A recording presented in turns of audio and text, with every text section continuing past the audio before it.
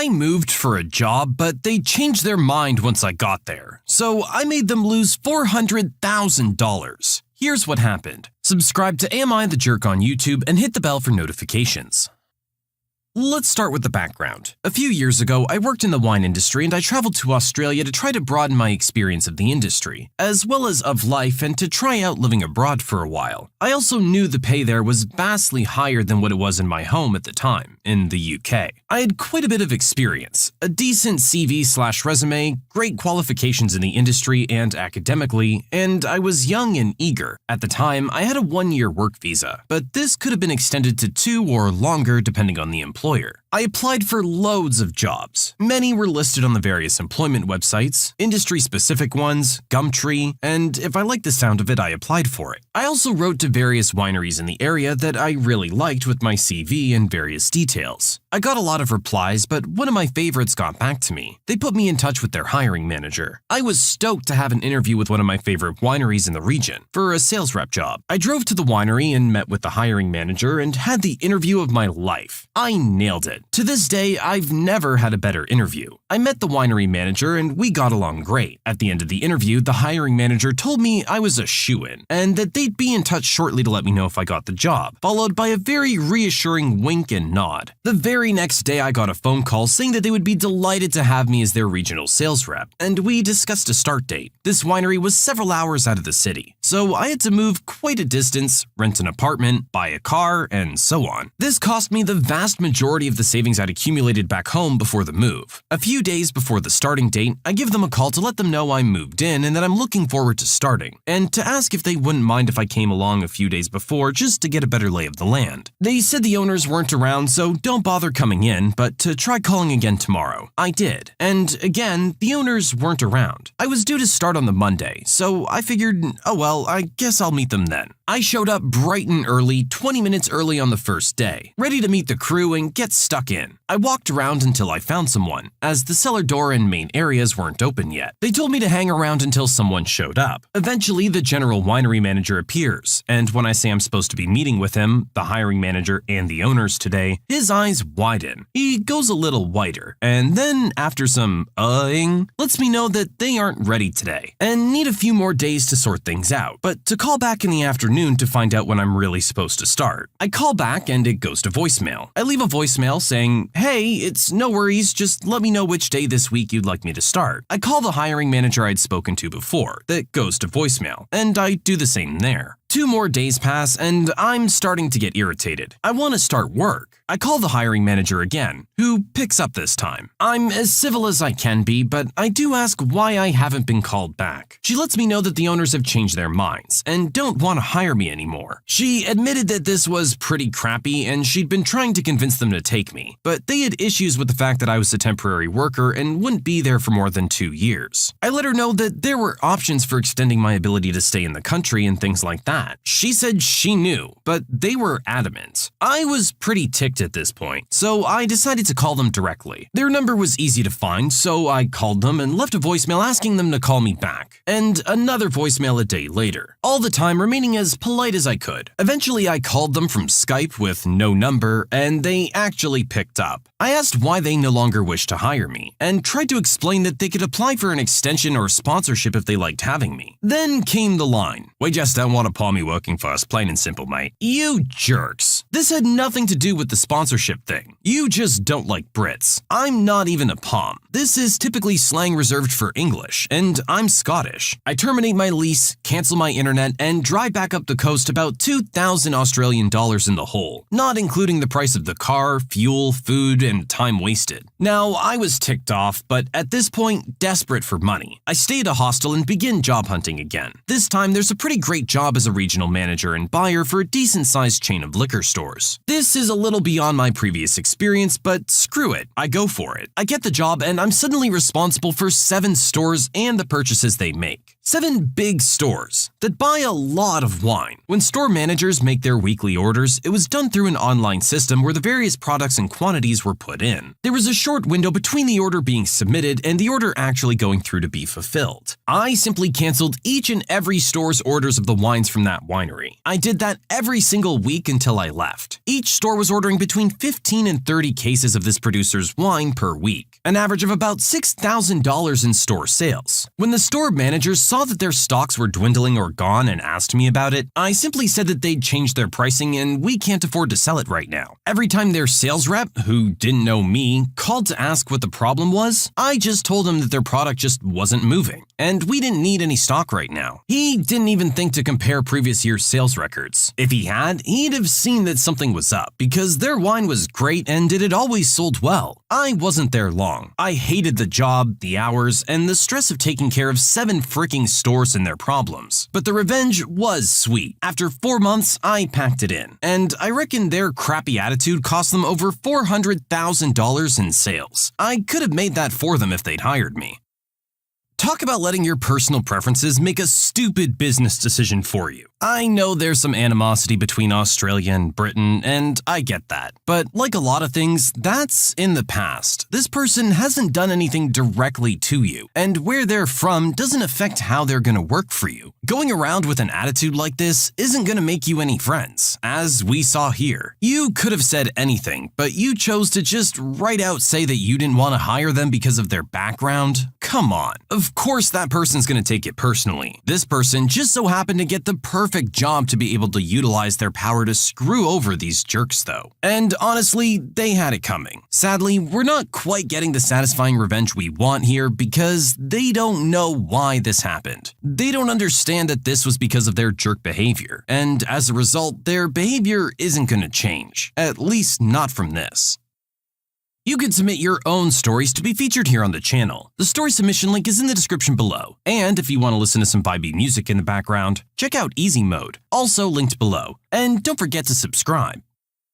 I ruined a wedding reception for fun and profit. When I was 13, so 8 years ago, my dad remarried after divorcing my mom 4 years before. Before the divorce, his fiancée had been his mistress. My mom is completely better off without him, and ignoring the fact that I wouldn't exist, I don't think she should have married him in the first place. Even if I think my parents weren't a good match, that's no excuse to cheat on your wife. This woman was absolutely vile in all sorts of ways. She constantly belittled me and made fun of the fact that I needed to take pills for my mental illness, despite being a pharmacist. I don't get it either. She was just generally awful to me and my siblings, but she was a decade younger than my dad and reasonably hot, so he didn't give a crap how she treated us. The one time he actually listened to us about her is when they were thinking of having a baby, and my brother said he'd ask our mom to sue for full custody of us if they did. So anyway, they got married. I was a bridesmaid because that witch had no real friends. The other 2 bridesmaids were her sister and my sister. My brother was the best man, cause she didn't like my dad's best friend. He and my dad still don't talk to this day, even though the guy was like an uncle to me as a little kid. It was a wedding and everything went normally. But at the beginning of the reception, before the first dance, we were taking pictures in front of a chocolate fountain, looking like the happy family we never were and never would be. I'm on the autism spectrum and have a problem maintaining eye contact. This extends to looking at a camera, so we had to retake a photo because I wasn't looking. She leans down and whispers something in my ear. I'm not gonna repeat it, but it involved the R word. I don't like saying it. Anyway, I kinda snapped and decided she was gonna pay for this. No one noticed, or at least no one called me out, when I started slowly moving the chocolate fountain towards the edge of the table. When it got to the edge, it makes contact with the back of that pure white wedding dress and slowly drips down. By the time she notices, it looks like she crapped herself. But for all anyone else knows, this was an accident. She had no spare dress, and that stain is not coming out. So first dance, cutting the cake, speeches, everything, this woman has what appears to be a poop stain on the back of her dress. It was a small revenge, but it was so worth it. This was supposed to be the happiest day of this stupid woman's life, and all she's gonna remember is that stain every time she thinks about it. They never did get the stain out, and nobody knew it was me. Until now, I guess. Hi family, if you're reading this. Susie, you're a jerk and you deserve that chocolate stain. I don't know, I feel like our original poster isn't giving themselves enough credit here. Saying that was a small revenge? Maybe to you, but definitely not to her. Another story where it would probably be more satisfying if the jerk actually knew who was getting the revenge. But I digress. It sounds like this woman was a jerk overall, and just not really a good person. And then to go ahead and drop that word to someone who has autism, or is at least on the spectrum, that's just the icing on the jerk cake. Or in this case, I guess less icing and more melted chocolate.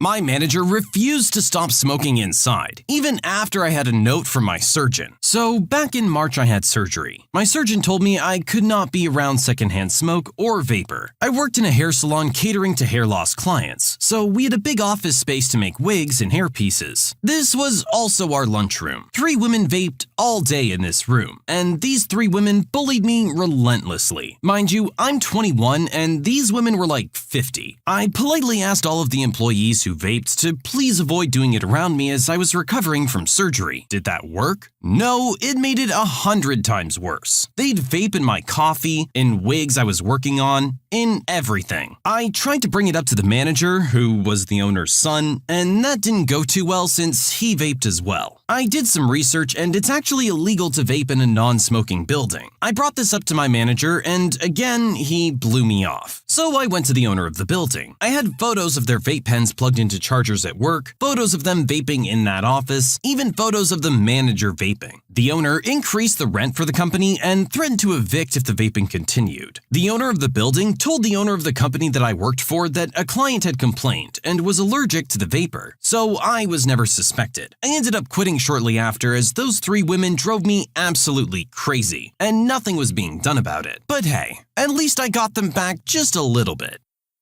Yeah, it's kind of annoying that people think that vaping is different from smoking in that aspect, that they can kind of just do it wherever they want. You see people walking around the mall with their vape pens smoking and they don't give a crap. While it may smell nicer than regular cigarette smoke, that doesn't mean that people want to be breathing it in. It's really just a jerk power move in general. You know what you're doing isn't right and you're still doing it anyway, waiting for someone to call you out on it so you can get into a confrontation. Just have some consideration for the people around you. That's all. It's a very basic human social standard. Entitled customer thinks it's part of my job to laugh at his bad joke. A couple of years ago, my mother died, tragically, unexpectedly at the age of 50. It was a horribly traumatizing night and few weeks for my whole family. I have 4 siblings, 3 of which were young teens at the time. As you can imagine, I was not in the best headspace for a while after this, but a girl has to pay the bills. So after 2 weeks off, I went back to one of my jobs at a grocery store. It was my second shift back there. I was working the register around 7 at night. A middle-aged white man and his 10 or 11-year-old son come through my line. This man started out fine, then proceeded to wink at me and make a stupid joke. For the life of me, I can't remember the joke. Something anyone in the service industry has heard hundreds of times. Like, oh, it isn't ringing up, must be free. What I do remember is I was at the end of my 8-hour shift and still emotionally decimated. I didn't laugh, just nodded and continued ringing up his groceries. The silence that followed his joke was deafening. Then, really? Not even a word? He then turned to his son and said, "Some people have no sense of humor. Don't even try with them. That's why they work in places like this." I feel bad for the son, who will undoubtedly grow up to be just as much of a toxic jerk. Seriously, I worked in the retail industry for many years. You're not the first person to tell me that joke. You're not the first person to tell me that joke this week. Cut the crap, honestly. You're not funny. Maybe come at me with something original and you'll get a chuckle. But otherwise, if I'm having a bad day, I don't owe you a laugh. I'm really surprised our original poster didn't just snap on him, 'cause I know I would have had something to say.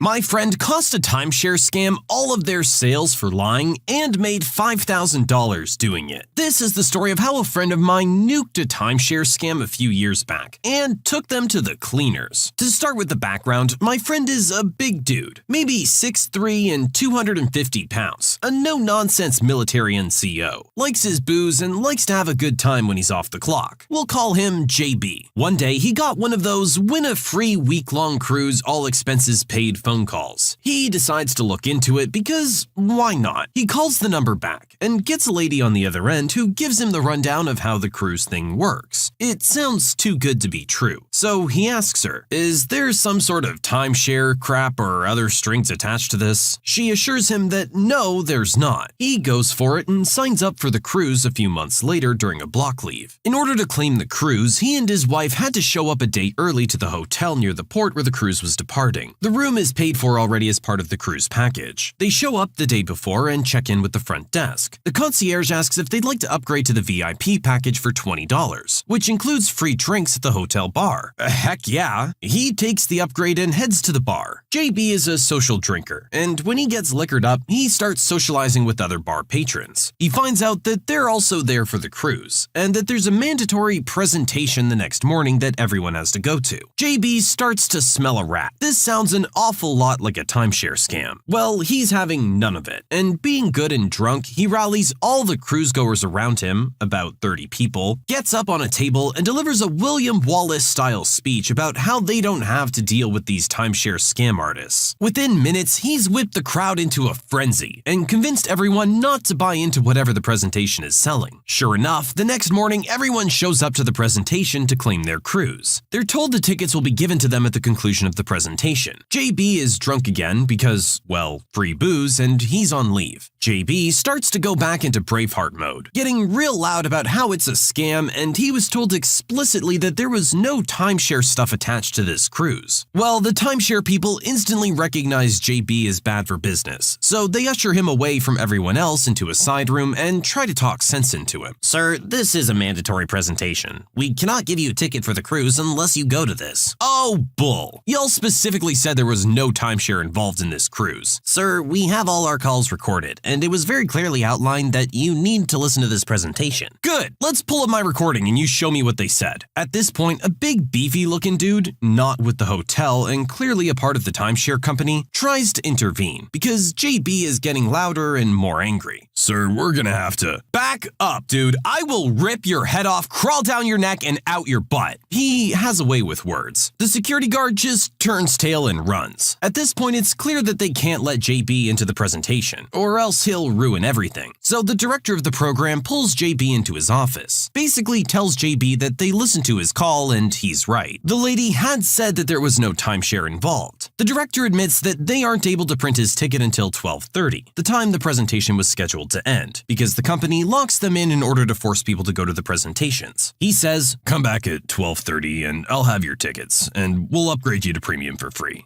Just don't go anywhere near our presentation. Too easy. JB does exactly that, and then heads to the boat. Premium was like the best cabin on the boat, with, again, free booze, and all sorts of awesome upgrades, including $5,000 on his account. Turns out, everyone else who had to sit through the timeshare presentation almost missed the boat because it went so long. Not a single person bought a timeshare, and the presenters spent hours trying to convince them to. Eventually, they gave up and handed everyone their tickets in defeat. In total, they made $0 in sales, and lost another $5,000 to JB's free premium upgrade.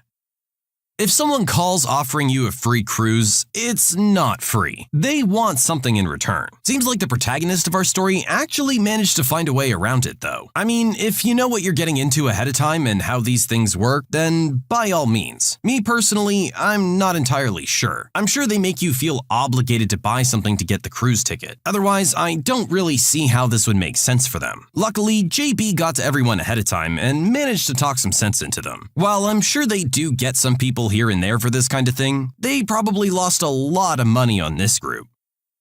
When you subscribe, make sure to hit the bell to turn on notifications. Put the playlist on in the background to finish listening to all the stories. Or if you want some vibey music to put on in the background, check out Easy Mode. If you like Am I the Jerk, give Am I the Genius a shot. Everything linked in the description.